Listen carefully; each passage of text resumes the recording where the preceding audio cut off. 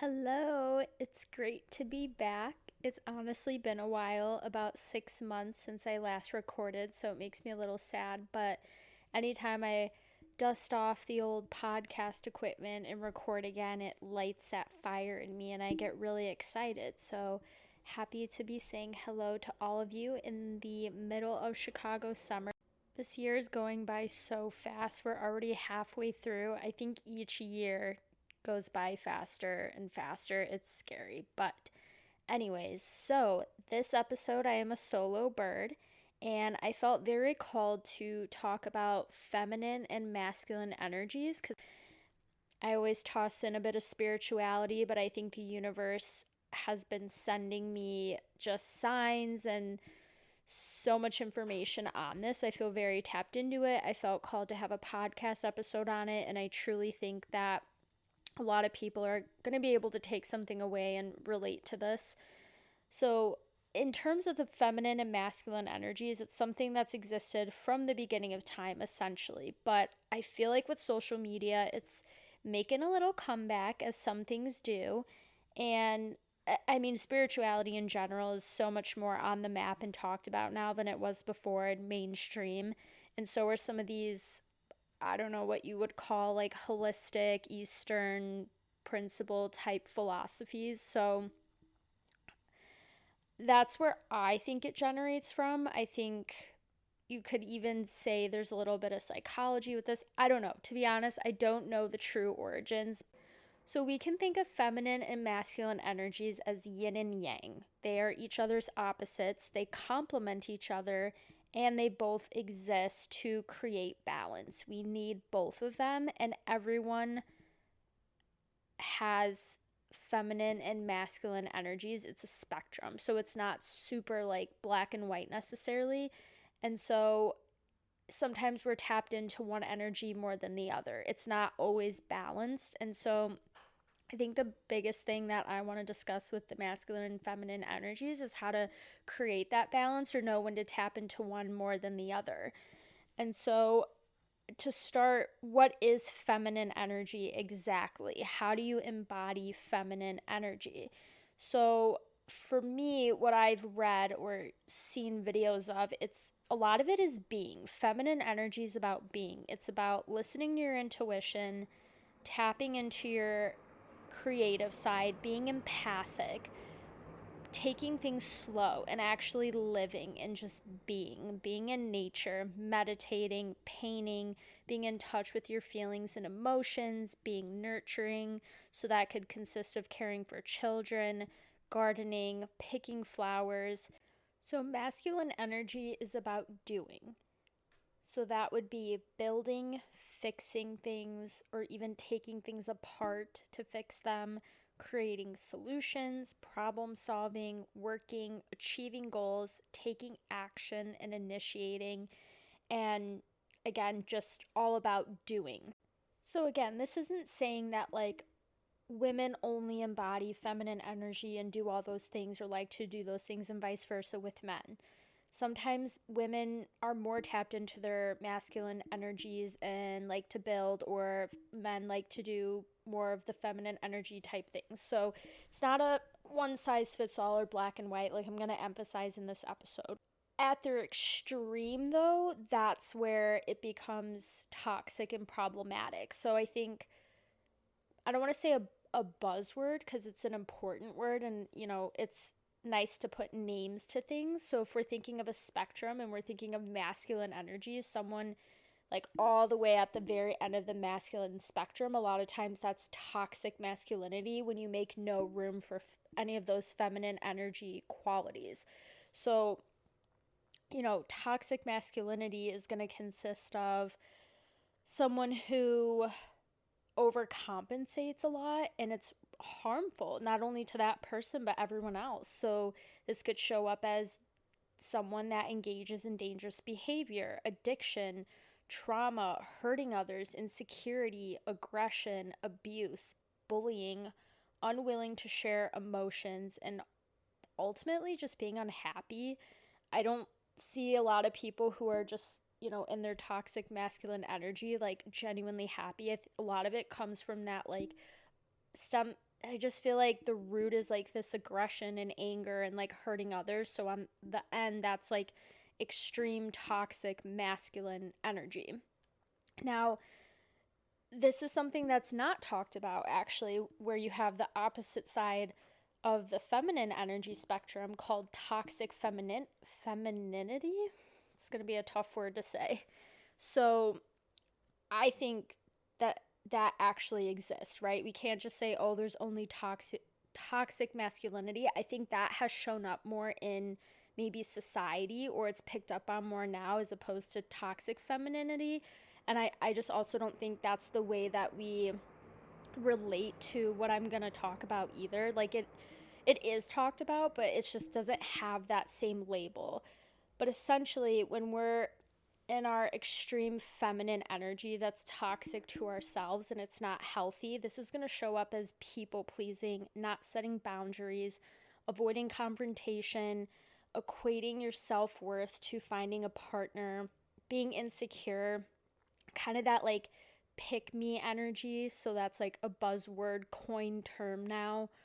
Body dysmorphia and eating disorders, not challenging men when you disagree, judging other women, playing it small, fostering unrealistic expectations when it comes to nurturing romantic partners, taking care of children and housework, and doing all of that. Thinking you can shoulder the burden of all of that leads to burnout and mental health problems. So, really, that's being in kind of that toxic, like feminine energy. And I've seen in my actual family, I have seen this play out for women in my family, and I've also seen toxic masculinity in men as well. And I do think over time, society really kind of like people were operating on those extremes ends of the spectrum. There wasn't room to like, it wasn't allowed to have like this balance and know when to like tap in. It just had to be so black and white. Like men can't cry, boys will be boys, toxic masculinity. And then women were very more like submissive, and everything was about looks and finding a partner and competition. Thinking that I talked about this before, how women thought that they could do it all. They could take care of the whole entire household, maybe even work too. And it's just unrealistic. And so it's that martyr syndrome, the people pleasing, the not setting the boundaries, being a doormat. Again, that to me is just operating on an extreme level. And so, again, I have seen this play out with close people to me in my own family, some friends. Like, I'm sure everyone can think of an example of someone in their life. You may even be doing it now and you don't realize it, which is crazy. I mean, I think at one point I subconsciously, because of the examples that I was shown from the adults around me, was kind of in that like toxic feminine energy spectrum. It was like the good girl syndrome. Like, you have to be a good girl and you don't make trouble, you don't ask questions, you don't challenge anyone, that sort of thing. And that's something that I'm still kind of like unpacking myself. But that's where some self reflection and inner work and therapy is helpful. But, anyways, I wanted to touch on what it looks like when we're operating from like the unhealthy space with the masculine and feminine energies. Now, moving into my next point, I want to talk about how the masculine and feminine energy shows up in dating, because I think that's one of the most prominent areas in life where this plays out. So it's within ourselves, but also when it comes to dating. So, I have been on like this dating journey, I think, for a couple years now. And you guys have kind of been through it with me, depending on the episodes you listen to. I've had a couple about like dating or relationships or being single, all kind of touching on different facets essentially. So, like, one was on modern dating and dating apps, one was on being single and some of the challenges that come with that. One was on, looking at the couples around me and trying to find hope that like there could be someone out there for me. And so this one touches on how the feminine and masculine energies show up in dating and how to use this as an effective tool to help you. So, I think that we need to bring courting back. Let's bring it back. Like, I just think it's such a good traditional practice to have with dating. And again, it doesn't mean 1950s style, whatever, but we need to like reevaluate and tune up what we're doing with dating and like bring back some of the traditional practices that really made a difference. And I think courting is truly, like, if you were to ask most couples like that found successful relationships or had the most satisfaction with dating, a lot of it is going to involve some sort of courting period. Like, not to sound super traditional, but it's just this whole like instant gratification of apps and hooking up and then thinking it's going to lead to like a relationship or some sort of emotional connection is just really not going to be the case. So, anyways, let's bring courting back. What woman doesn't want to be courted and swept off her feet? A woman's attraction grows when she is being pursued, and vice versa with men when they are pursuing. That is just how we are hardwired in our brains. I have lived it. I have seen it play out with other people. The best relationships will grow and have a solid foundation when both partners are operating from these energies. As I mentioned in one of my previous episodes, we are navigating this new space of dating with not only apps, but COVID. Because dating apps have only been around for maybe 10, 12 years at the most, so a decade. That's still pretty new in terms of human history. It's not a very long time. So we're seeing dating apps and how that affects society play out in real time. Like, I think we forget that this is something new that's like been rolled out, like in just like smartphones, like all this technology that we're just bombarded with constantly. It's like we forget the greater impact and like how long it's actually gonna like take to see how it's affecting us day to day, and we don't even know it.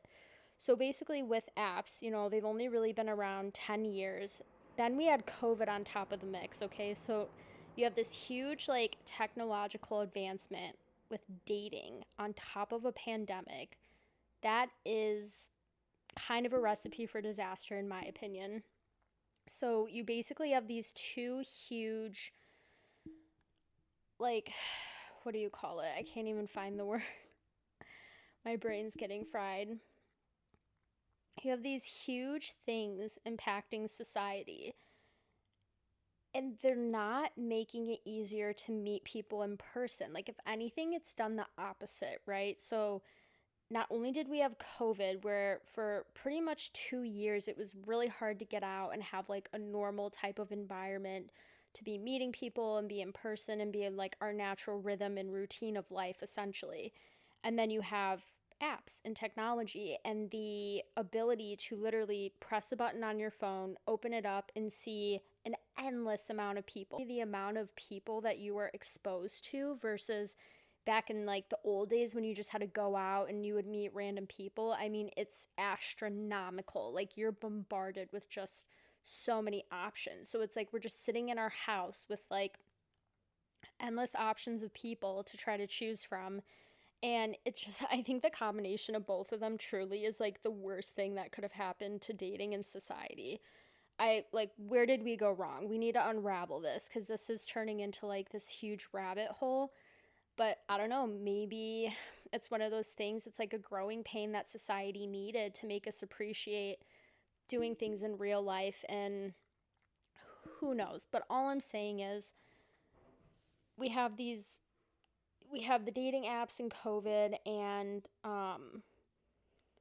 it's funny because I read this article that was talking about dating apps, and they called it big dating, like how there's big tech and big pharma. And honestly, I don't really think they were designed to have our best interests in mind. I think we like to think that, but it's a business and there's an algorithm, and they don't curate these apps for us. Like, and it's interesting because I've heard a lot of people say that they feel like the apps are filled with like dead profiles or bots, or just there's such like a lack of satisfaction that comes with it and success, which is interesting to me. And truth be told, I think that people merely use them now as a way to occupy their time when they're bored, or they need validation, because seeing that notification provides a couple seconds of a dopamine hit, like when we log on to social media.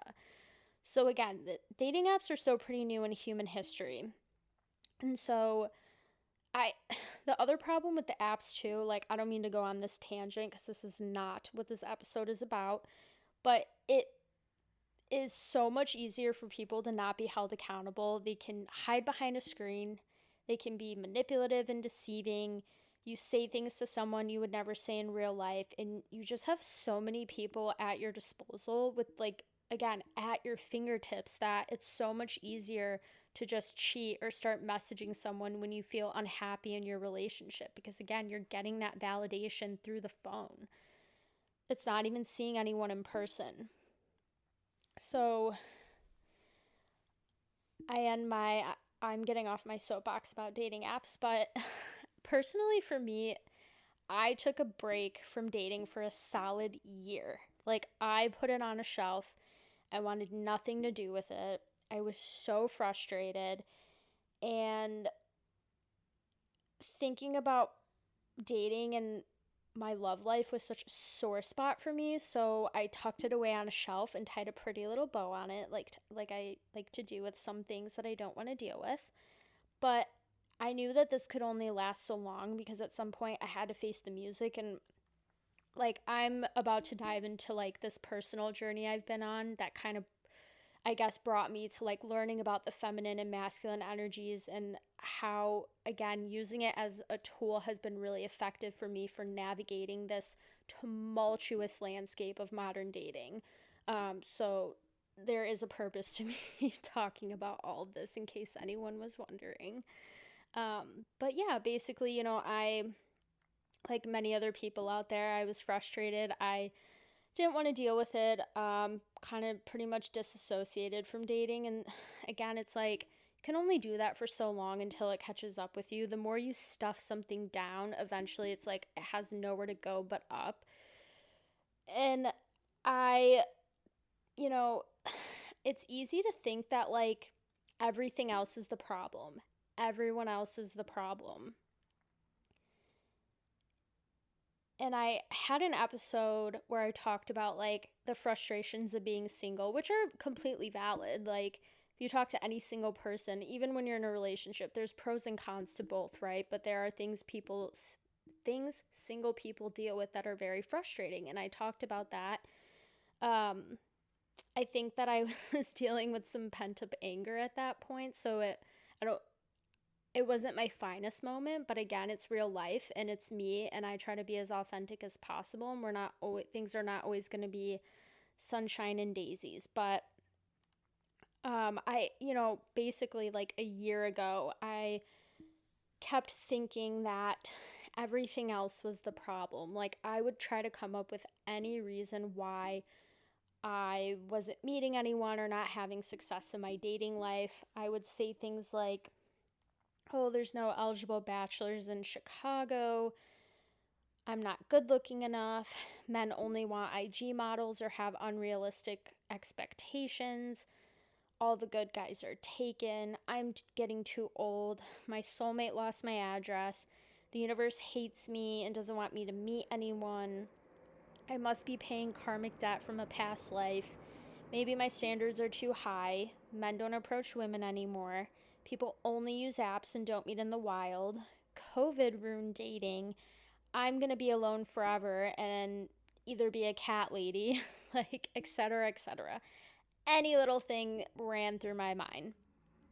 So, again, I was looking at all the outside reasons as to why I wasn't having success. I mean, I am so neurotic. Like, I literally looked up how many men versus women there are in Chicago and said that because there are less men, I statistically have like a slimmer chance of meeting somebody. Like, it's harder because there's more women out there and all this competition, and it's a numbers game. I mean, it was honestly ridiculous. I realized like nothing was going to change for me unless I started looking internally. Like, I kept focusing on the external. Like, I kept trying to find reasons why, again, it's not me. Like, it's something else out there. There's all these different factors. It's me. Or I kept thinking doing external things was somehow going to attract a partner, like focusing on, like, again, being in my masculine energy and doing. So it was like I was focusing a lot on work. I got my promotion, which was nice, but I was,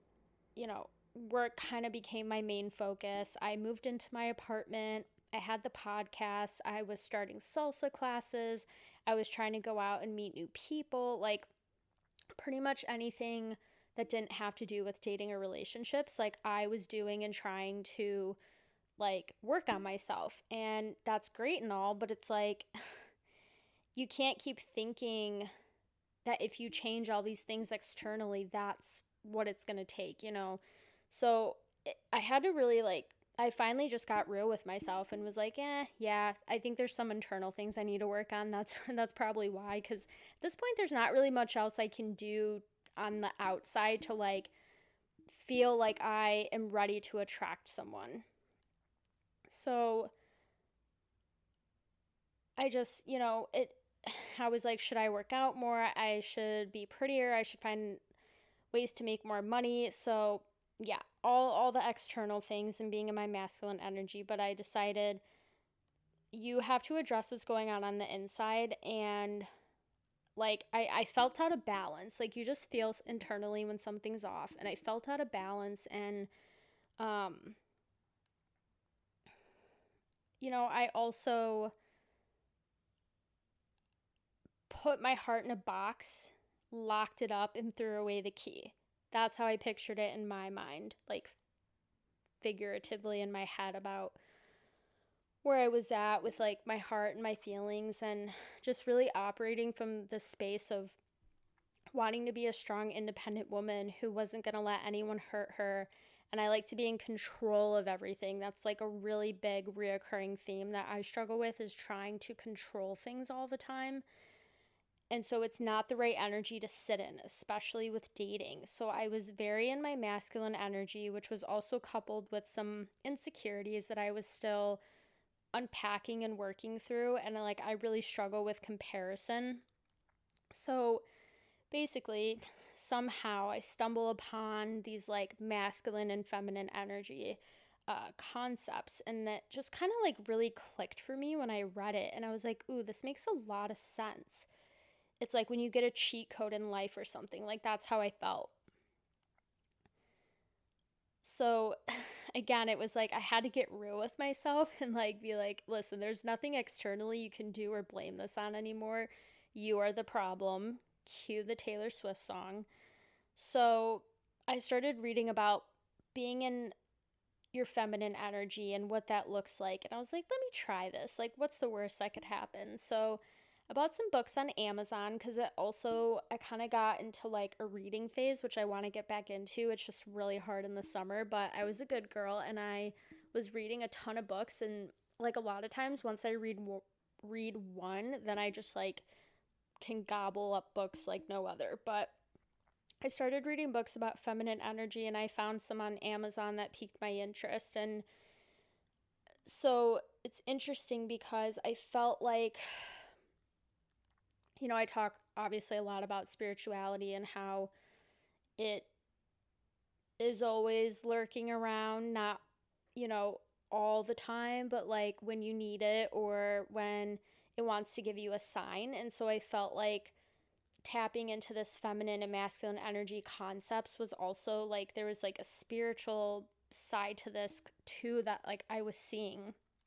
And so I've talked about the chakras before, and there's the heart chakra. And again, it's like I felt intuitively like I knew I was locking my heart in a box. I was putting dating on a shelf. I was operating from my masculine energies, and I said my heart chakra is very closed. I know that to be true. I don't have a good perspective on dating and just a lot of things in general, and that has to change. So, I- like, I just realized okay, you need to open up your heart chakra in lieu of trying to embody like being in your feminine energy. Like, I just felt like both of them were like going hand in hand for me. So, one of the books I bought in particular was super helpful and life changing. It's $20 on Amazon. Honestly, the best money I ever spent. It's called 21 Days to Feminine Magnetism by Angela Holcomb. And so I'm actually going to link the book when I release this episode because it's just one of the most helpful resources I've ever stumbled upon, to be honest. And it's interesting because when I bought it, I didn't know that it was an interactive workbook, actually. So I'm a huge journaler. It's like one of the ways I give myself self care or like to decompress. I have about 100 tabs in my brain open at all times. And so it just really helps me like have this emotional purge and like understand what are actually all the things I'm feeling and thinking, and like kind of gets to the root of like overthinking and stuff like that. But anyway, so it's an interactive workbook with journal prompts, and I didn't know that. So when I opened it up, I was like, oh my God, this is perfect for me. I love journaling. And then with it too, there's like meditation exercises, there's affirmations that it wants you to say.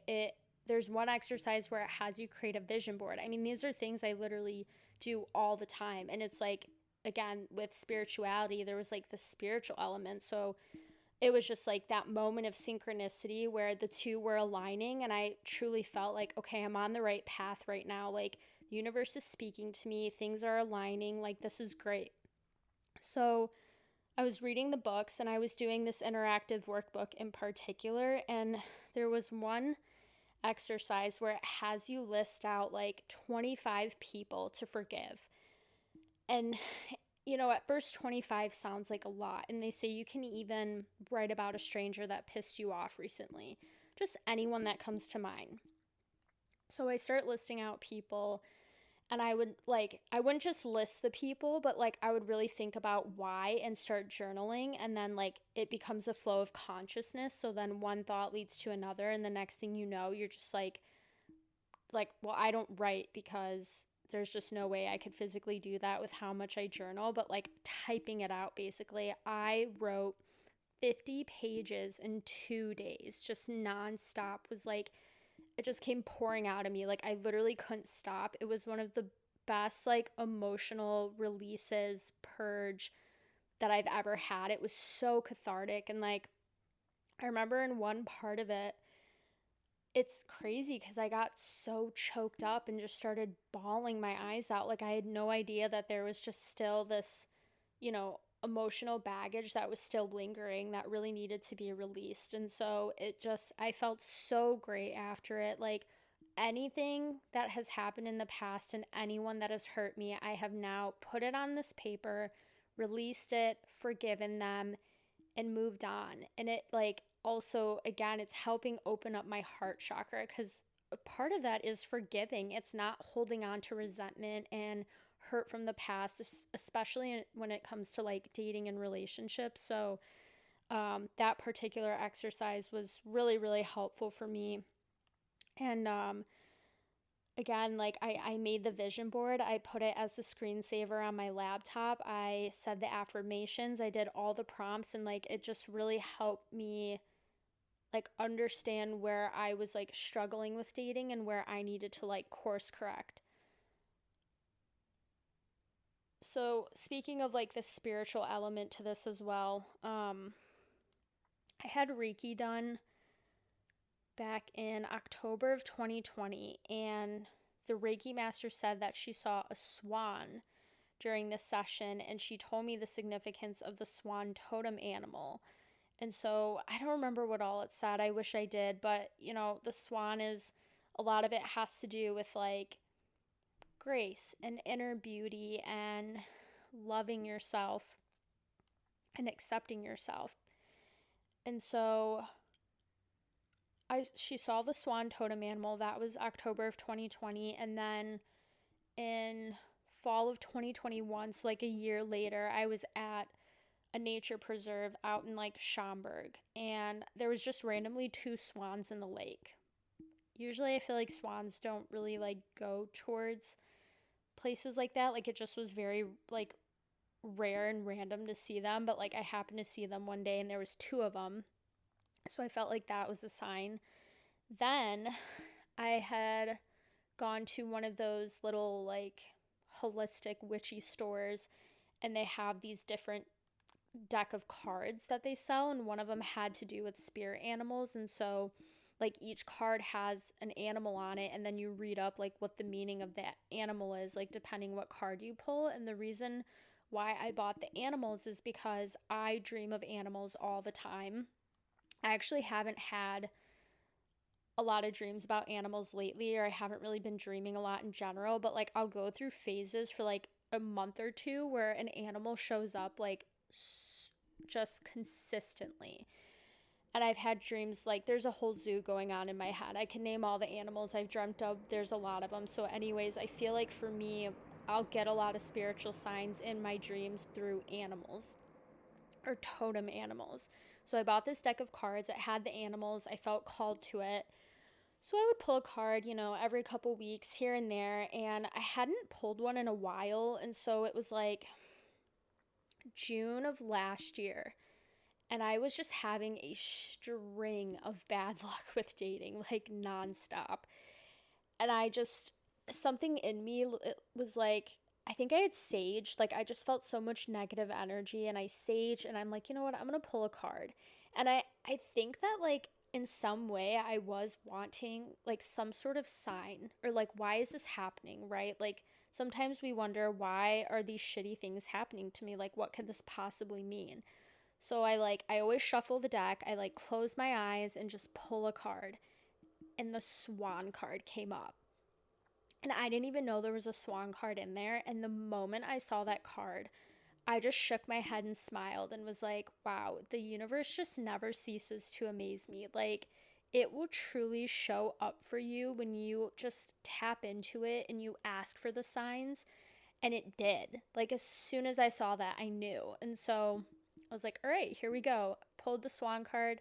Definitely that means I have some more internal work to do. Dating is not for me right now. It's going on a shelf, and I'm going to focus on other things. And that's just, I knew that's what I needed to do. And I kept that card up for a very long time. Like, I was like, I'm not pulling another card until I genuinely feel like I have blossomed into the swan and I have done the inner work that I needed to do. So I was like gonna hold myself accountable. That card served as a reminder. Then I had a Reiki session somewhat recently, earlier in this year, like in the winter time. So every session's different, every Reiki master's different. You never know what's gonna show up. So she had 3 decks of cards that she wanted me to pull from. And so the first one, I pulled the card and it said surrender to the magic of who you are. And I remember like going into that session like having a very specific intention of what I wanted to like tap into or like ask the universe for help. And that related to confidence and just loving and accepting myself on the inside, because I've really, really struggled with that.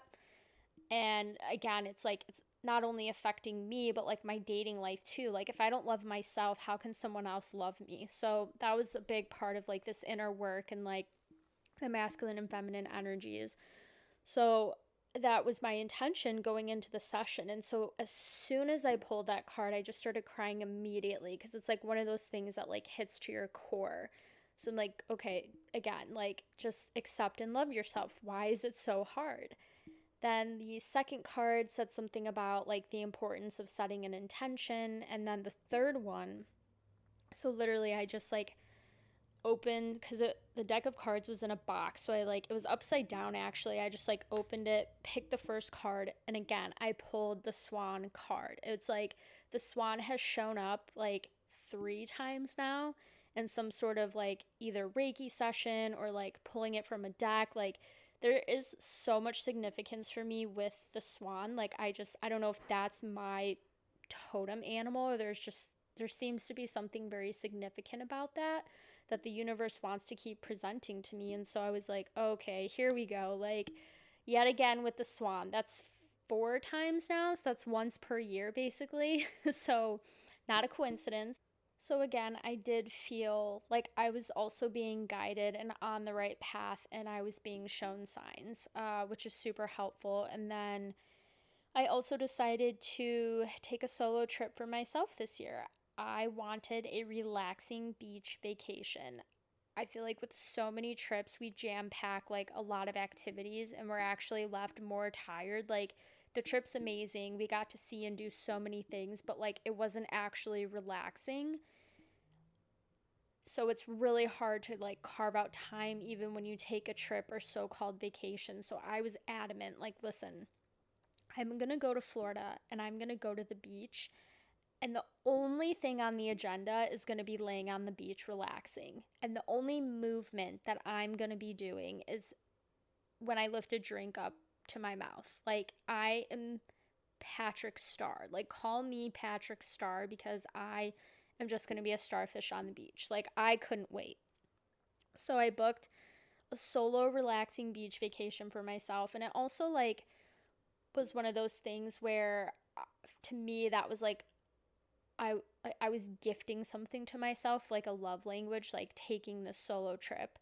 I wasn't going to wait for like someone to go with me because like I was comfortable enough doing it on my own, and I know not everyone is comfortable with solo travel, but like I do recommend even just one trip in your life because it's so life-changing. And like the nice thing was that I mean, I laid on the beach for like 7 hours a day. I didn't even leave to eat lunch. Like I'd get there right at 11:30, and then I would be there till about 6:30 and then go straight to dinner. So, I mean, I got the worst sunburn I think I've ever had in my life, which is very understandable considering how much I was in the sun, and that Florida sun is no joke, but it was nice because like if I would have gone with someone else, like that trip would have been different. I don't think another person really could have stayed on the beach as long as I did. Um like we would have had to take breaks, and like, it was just so nice to be on my own time and doing things on my own terms, which is why I recommend a trip. So, anywho, but I think the trip was also really good in this space I was in of just like again doing the reflecting and inner work and like trying to enjoy being single and like learning about the different energies and all that. So after months of being super intentional about kind of like I basically said I was in hermit mode, that's what I called it. I just wanted the space to self reflect, be with myself, do the inner work. And when you do that, I feel like you get a lot more clarity too. Like you learn about yourself and what you're seeking is able to like come forward a lot more. So basically, I was like, okay, you know what? I've done a lot of inner work. Everything is going great in my life. I think I'm finally ready to kind of like put myself back out there with dating. And there's never like truly a perfect moment either. But at this point, like, I truly had no excuse not to. And so I was going to keep an open mind, and I had a pretty low expectations. So I decided to start with the apps because at that point it's like it wasn't summer yet. And so People are just starting to like get out of the winter hermit mode. And I was also thinking of using the apps merely as like a way to boost my confidence and start there versus, I mean, at some point I was like, I do want to meet someone in person. Like, I don't want to meet someone through an app, but I think it's okay to like use it as a means or method to like put yourself out there too. Like, it's an icebreaker kind type thing, you know. So I was like, fine, I'll get back on the app. Anyways, they say to have a roster and to date multiple people. And again, like, if you are dating only one person, sometimes it's easy to like fixate and become honed in on them. And then it becomes about getting them to like you. Like, why don't they like me? And it's more about, well, do I actually like them? And so, uh, like, also, when you get into that mode where you're like fixated on one person and you start to overthink, you're not being in your feminine energy. And it's like you're subconsciously trying to prove your worth. And people pick up on that. And like, it has happened to me before, and I see it happen with friends. So when you have a roster, you're not attached to one person. And also, like, when someone maybe isn't into you or things kind of fall off, it eases the sting because you have other people to focus on. Where if like there's just that one person and then all of a sudden, you know, things fall off and they decide like that they're not into you and they no longer want to continue dating you, it feels so much more amplified when it's one person as opposed to having multiple people and just kind of having someone fall off the radar. So that's also why they suggest dating multiple people. And then again, you get to decide who you want to keep on or eliminate. Like, I think again, it helps you operate from this mode of who do I actually like? How does everyone stack up? Who am I vibing the most with? And so it's going to almost create this system or hierarchy for you to see the guys who you vibe well with and that treat you right, and they're going to rise to the top. You know, it's like this almost like if you can think of like a March Madness bracket, like you start with all these people and then over time it starts honing in until, you know, hopefully at some point there's a winner or there's a couple top picks. And so I will say, like, having a roster can be very time consuming and exhausting because I was doing what the book suggested. And I found it very helpful, but like a forewarning that it's going to take up a lot of your time. So, like, I would say if you have extra time to dedicate towards dating to do this, otherwise, like, I got to a point where truly it was becoming really exhausting, like going on so many dates and kind of like, I don't know, it can lead to burnout. I will say that. Like, it might be good to do it for like a month and then take a break because it can. And also, like, going on so many first dates, it just kind of feels like the same thing over and over again. But you kind of have to get past those like initial dates and work that muscle to like get more comfortable with it. But if you can go at a pace that's like even flow, I think that's helpful. But you know, not everyone is comfortable dating multiple people either. And that's okay. But again, it's just another helpful tip that if you can do it, you know, just try it out. And then they also mention like going to bars and restaurants alone because you're so much more approachable alone than you are with a big group of people. So like go to like a nice steakhouse or a hotel bar and, you know, just get dinner or a drink and see if there's any single men around that you can strike up a conversation with, or even just talk to the bartender. Like, if you have to get out, kind of like ease into it and build that muscle, just start slow. Like, that's what I had to do because all of this sounds great, but then when you're actually doing it, it's a lot more scary and awkward. But again, the more you do it, it just becomes natural. And like, I am shy. It takes me a while to warm up to people. I call myself like an introverted little cat, but then once I'm comfortable with you, I will be on your lap purring, wanting so much attention or feel like I can be myself. So these things do not come super easily to me. Like, sometimes I so badly wish that I was like this extroverted person that could like go up to people and initiate conversation and like not be afraid to approach anyone, but like that's just not inherently me. So again, it's like it's a muscle that I have to grow in a way that I have to step outside my comfort zone. Um, but it's helpful, like it's a good social skill to have. And so an example that I can provide, because I don't just talk the talk, I walk the walk. Like I'm not going to tell you to do something that I've never actually done. So like when I was in Clearwater, I was by myself, and I like to just, I was there to relax. I wasn't there to like meet people and like strike up so many conversations or whatever, but obviously there's moments. So one of them was one night when I was getting dinner. I was just sitting at the bar, and I had asked the bartender, it was a very simple question, like, oh, are you from the area? And it was like that question alone just got her to open up to me so much. She started talking about how she is from the area, how long she's lived there. And then I told her I was from Chicago. And then she was telling me, she was recommending all these great places I should go to. And she told me, so I actually, side note, plan to have an episode on travel tips for, especially for some places I've been to, so I'm really excited for that.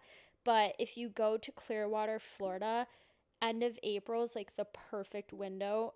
It's before rainy season, it's after the spring breakers. The weather's absolutely gorgeous. So again, plan to have a separate episode, but anyways, she was like giving me all these recommendations and like tips for when to visit.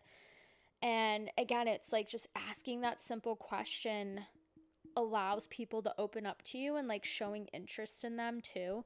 People like to be asked questions. And then there was like another time where I was at the hotel in the hot tub, and it's not a very big hot tub. So like I'm kind of awkwardly close to like this couple and like other people in the hot tub, and I'm trying, like, you're trying to look any way other than their direction and and like avoid eye contact.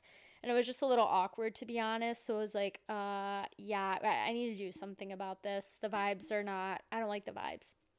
So I just, again, asked the couple, hey, like, are you from Florida? Where are you visiting from? And they told me that they were from Chicago too. And I was like, oh my God, no way. Like, so am I. And it's like, it just led to this whole conversation. Like, it was honestly amazing, like, to see that play out two times in a row, just asking someone a simple question, and then it like broke the ice. It eased the tension. It made things so much less awkward. I could just relax in the hot tub and like talk to these people. Come to find out, we had something in common. So they actually ended up becoming kind of like my vacation friends. So like I'd always see them around the hotel and say hi to them, and it was just nice, a nice little thing to make friends on trips and meet people. So that's also why, that's how you get outside your comfort zone and like operate from a good space of being open to people when you are dating. And so I just kind of wanted to touch on that a little bit. But I think so this is leading into like this new segment now. We're gonna pivot a little bit. And truth be told, I feel like men and women are at war with each other right now in the dating world.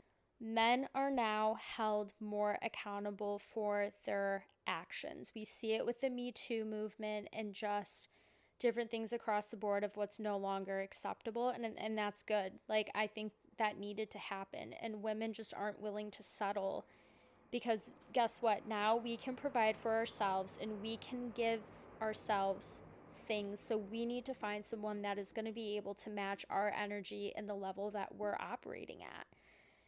And a lot of times that involves wanting someone in their healthy masculine energy. Okay. So we don't want someone in their toxic masculine energy that's, like aggressive, a bully, domineering.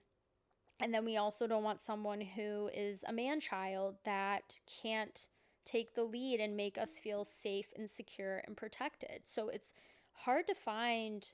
I will say, like, unfortunately, I don't think there's a lot of men operating in that nice middle space of being in their healthy masculine energy, but I hope that changes. Like, I'm hoping with more like awareness and just with all of the things being talked about now in terms of mental health, that like this is something that becomes more normalized, because I truly think that if like people were just operating in like these healthy spaces of masculine and feminine energy, there would be more satisfaction with dating. But the thing is, there's two sides to every story. So Men also, like, as I mentioned, they need to be held accountable. They need to be operating from a healthy masculine energy. But guess what? Women are not perfect either. So there's always two sides to the coin. Again, across the board, I think there's just a lot of imbalance. So, like, a lot of women are operating in a masculine energy, and I definitely was. I mean, we have to for survival, right? We have to go to work, we have to pay bills and make money and provide for ourselves. We can't, a lot of women can't and don't rely on people anymore. That's not how our society is. And that's great. Like, we don't want it to go back to where like we had to rely on people for resources and then we're put in situations that weren't good for our well-being.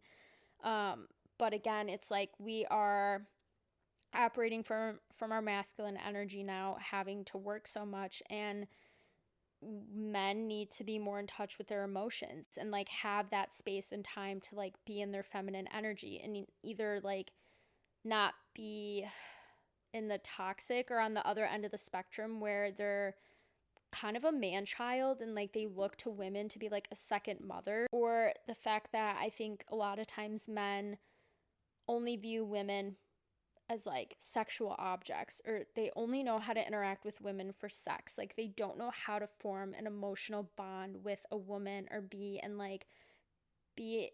like know how to be in their feminine energy and relate to women in that way, and like again tap into their emotions. Like, why is that so hard? Another point to bring up is women need to allow themselves to be in their feminine energy when it comes to dating. So like we can't criticize men all the time. We have to be okay asking for help. We can't have a hyper I can do it myself attitude.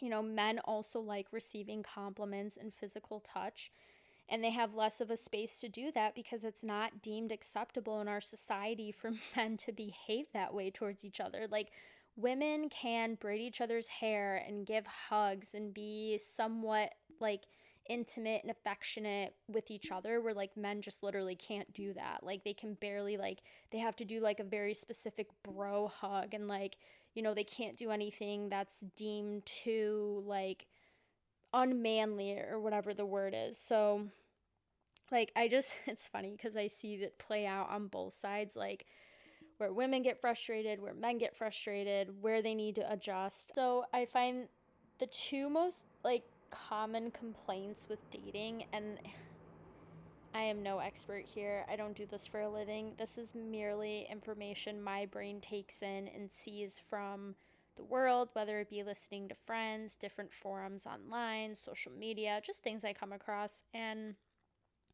it all comes down to money and sex, which is so funny to me because it's like, it seems like with dating, men just like always want sex and that's their focus. And that's what women get so frustrated about. It's like, is there men out there that actually want a relationship? Like, why does it always have to involve sex?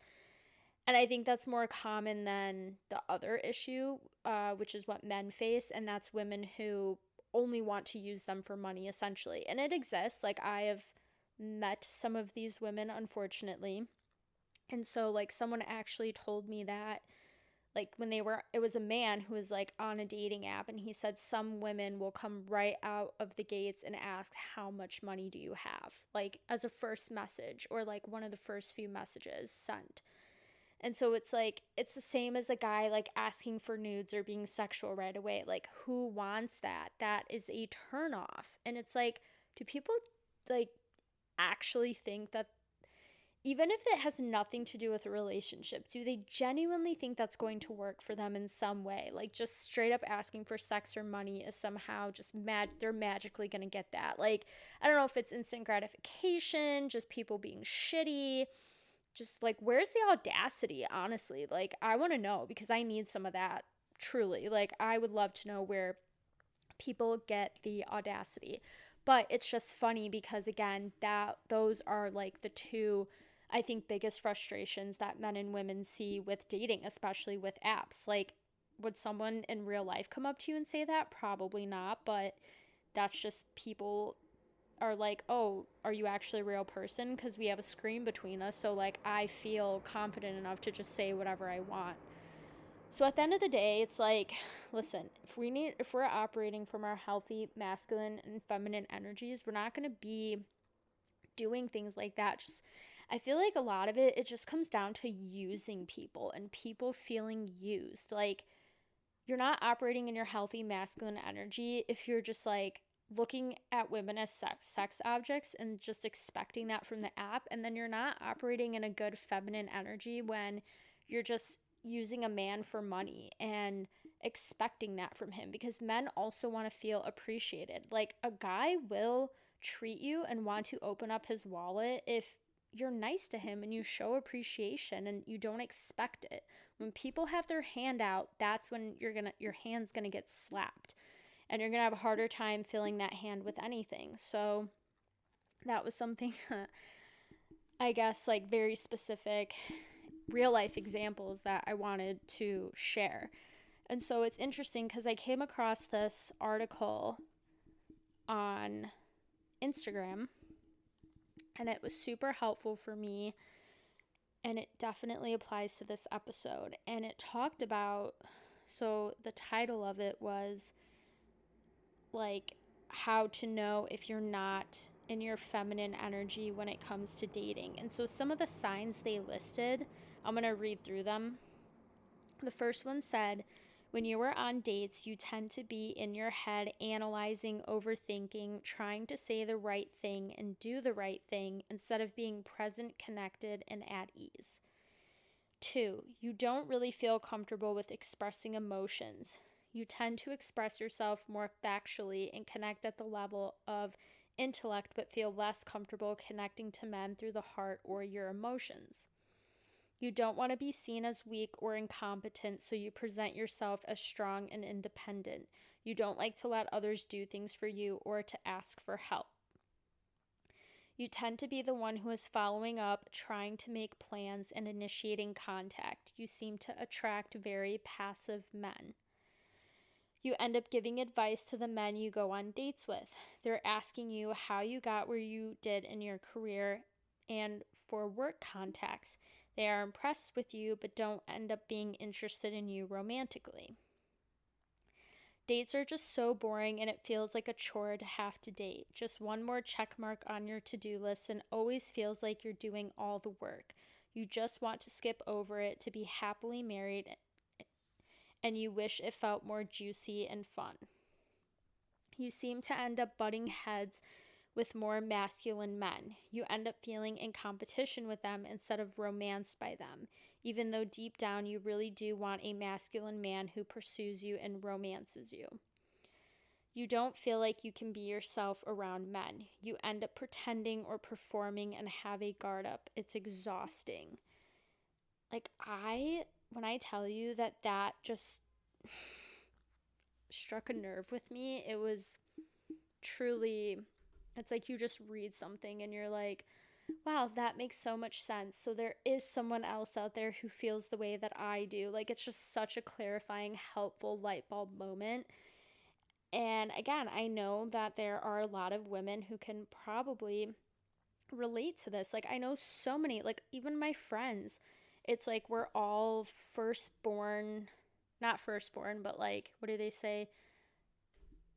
The oldest daughter in every family is like the backbone of society. Like, it's just, we have this very type A personality, in control of everything, like always doing for others, planning, and it's like we have to learn to sit back and like not be in control and let others take the lead, especially when it comes to dating. Like, I think all of those are great skills to possess, right?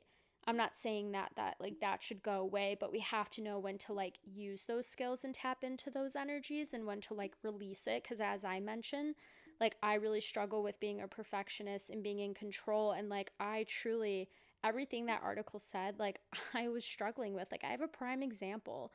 So there was one time where my Roku was like acting funny, the remote wasn't working, and a man offered to help fix it. And I was so determined to fix it myself. Like, again, I didn't want to seem incompetent. I wanted to seem like I could do it and I didn't need help. And I realized that was a moment where I wasn't allowing myself to be in my feminine energy, and it kind of like I think that's can be a turn off to men because they say like you have to trigger men's hero instincts. Like they want to feel needed and help you. Like that actually grows like attraction. I don't know. Men's brains are weird. I'm still trying to figure them out, but I will say that is one thing that I think, you know, kind of stands the test of time. So like I had thought back to that example and was like, oh shit, like this, article is so just coming at me right now. And I don't know. Again, that's an example, but in that moment, I would have been better off just letting him help me. Like, what can it hurt? He's not going to think I'm stupid. If anything, he's just going to feel great that he fixed something for me and like think that he looks like Superman to me or something. So yeah, it's like you get so caught up in your own head and insecurities and like proving yourself. And when you're operating from that, again, it subconsciously is going to like push attraction away and make it a lot more difficult. And I didn't realize that that's what was happening for me.